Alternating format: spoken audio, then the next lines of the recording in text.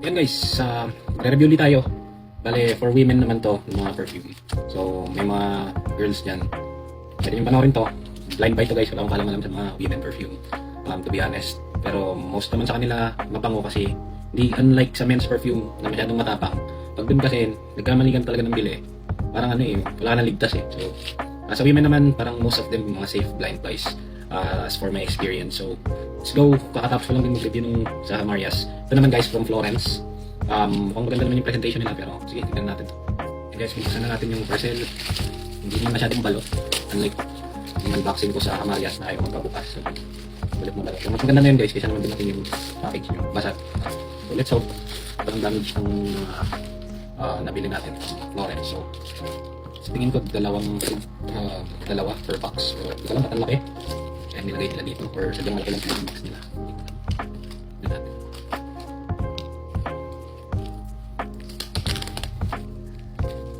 So, dito pala tayo papahirapan. So, guys, pag naman ko, kasi naman yung parcel nyo na. Hindi naman pag yung online. Pinapalabag nila yung mga courier.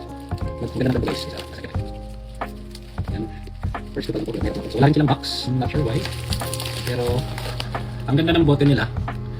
Para siyang medyo similar sa 625 perfumes. Kasi ang ganda ng bote na, guys, nasa around 300 plus lang yung mga fragrance nila doon. Ayan. Yun yung naman ganda ng bottle. Siyempre, pa rin sa amoy yan. So, bale, plus 1 na sila dun sa bottle nila. Pero, tignan pa rin natin yung amoy. Siyempre, bago naman ako nag-blind buy dyan, nanood din ako ng mga reviews nila dito sa TikTok. Ayan. Diba nakita ko for men, but for women kasi itong sabi nila okay naman daw. Medyo may expectation tayo dito. Ito, maganda, kulay gold. Itong kanyang takip. Very good girl, Carolina Herrera. Ito ata yung kulay red. Hindi ko alam kung ito yung red or yung pink. Then, Balaya version 2. Balaya is Parfums de Marly, as far as I know. Ngayon, tetest na natin siya. Hindi na magpapapel since most naman ng women fragrance eh, hindi naman ganun kalakas. Pero, tignan natin, baka ma-surprise tayo. Okay, pangalawang spray.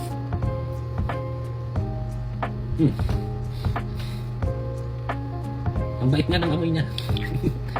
Parang mabait na babae. Medyo malapit siya sa... meron akong... Hindi kasi ako fan ng diptyque guys. But, meron binigay sa akin yung... sa percents. Which is itong... anong basa dito? Philosychos. Hindi ko alam eh. Kasi hindi ako mahilig sa diptyque. Pero medyo malapit dito yung amoy niya.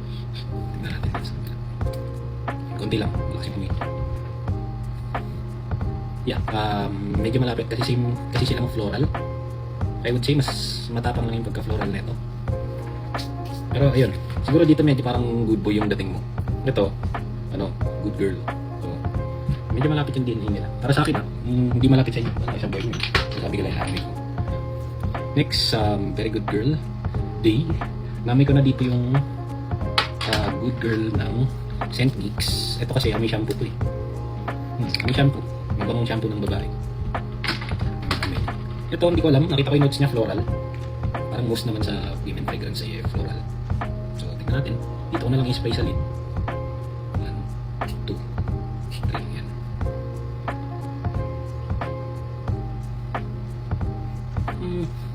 Yeah, floral. Alam mo, hindi ko alam kung magkakamo yung pabango ng babae.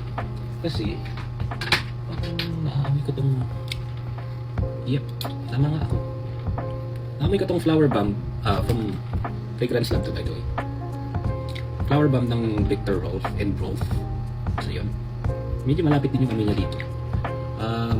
Hindi ko talaga ma-differentiate. Siguro pag tumagal-tagal kasi medyo malalapit yung DNA niya. Siguro kailangan ng konting konting changes when it comes to women perfumes kasi napapansin ko medyo magkakamoy talaga sila. Hindi ko na ipapakita hindi ko na pinakita yung pagbukas ko nito kasi natagal eh. Hindi pa fast forward ko hindi naman.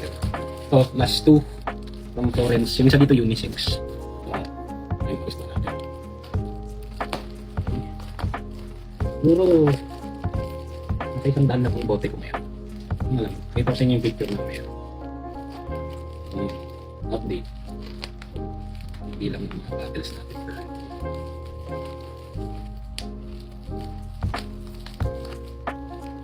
Hindi mamaya. Propose ko na lang.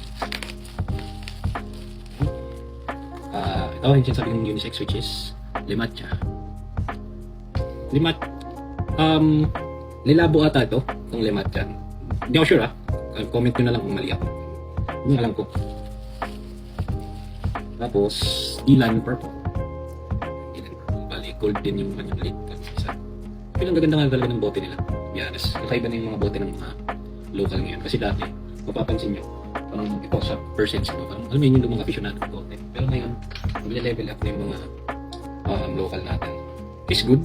But, I mean, you don't have to buy, you don't have to spend more para lang sa ganang presentation and performance. Kasi to be honest, wala naman din pagkakaiba eh. Sobrang late lang. Siguro kami-kami na lang din yung makakapansin kung original ba yung gamit mo or dupe. Pero sa totoo lang, minsan hindi mo na lang makapansin. Okay, next, Dylan Purple. Try natin. 1, 2, 3. Okay. Sorry. Ang bang neto. Ito. Kung babae kayo, I really recommend this one. Yung nare-recommend ko naman yung lahat, pero iba yung dating netong Dylan Purple. Promise. Ang bango. Floral siya. May kagat ng sweet. May pagka-fruity.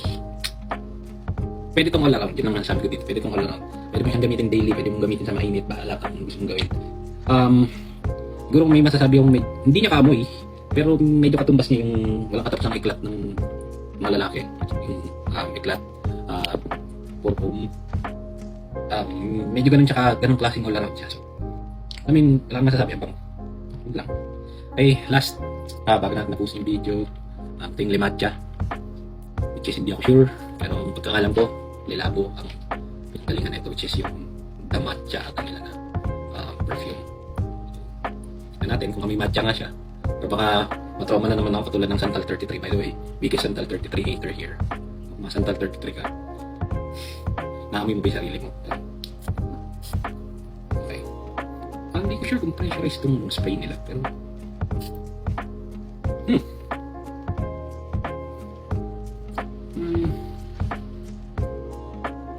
ang tapang niyang matcha. Sorry guys. Antayin natin mag-dry down. And guys, tuloy natin yung video. Kasi pinag-dry down ko siya. Sorry mga Lilabo perfumes for me, hindi ko alam kung sa mga dupe lang ba to or even sa OG. Hit or miss talaga sila. Kaya medyo nag-iisip talaga ako dalawang beses. Actually, pinagbigyan ko lang uli yung Lilabo na line. Pero alam ko kasi talaga from Lilabo itong dupe na to eh. Kailangan mo itong i-layer. Layer mo to with something gourmand kasi pwede ko siyang i-layer dito sa vanilla powder. Umayos naman yung amoy niya. So, yan, nag-amoy yung matcha siya kasi hindi siya amoy matcha guys eh. Parang may kagat ng woody. Hindi yung maamoy yung woody no? Sobrang prominent ng woody. Then hindi ko alam, parang may naamoy akong something aromatic there. Hindi ko alam kung yun ba yung matcha pero hindi ko masabing yung alam nating matcha. Hindi ganun yung amoy niya. So, yan. When it comes to Lilabo fragrances, hindi ko alam again kung sa mga dupe lang ba yun, pero pwede na papili lang ako uli ng Lilabo kasi itong another 13 fragrance lang. Abang naman, nagagamit ko siya, makikita niyo naman. Diba? Ang dami kong pabango dyan, pero makikita niyo nagagamit ko naman siya. Try ako uli, pero yun hit or miss talaga itong Lilabo. I'm not saying na hindi ito mabango mahirap lang sigurong suotin to. And yun nga, kailangan mo siyang i-layer. So, yun lang. Para sa Florence, overall, best pick ko sa kanila is kung Dylan Purple. Kung may bibili kayo sa Florence, try nyo kung Dylan Purple. Hindi ko alam kung close to OG, hindi ako nagre-review ng mga close to OG unless meron talaga ang OG yan. And again, hindi naman din importante kung close yun sa OG. Kung nandun yung DNA and mabango naman siya, why not, diba? Kasi parang ano bang gusto mong gawin? Bakit gusto mo close to OG para sabihin mo naka-OG ka, diba? Again, hindi yun mapapansin ng mga tao. Hindi naman lahat ng tao ay frog hip. Tulad natin na meticuloso sa mga ganito ganyan. Kung casual lang naman, doesn't matter. Yun lang.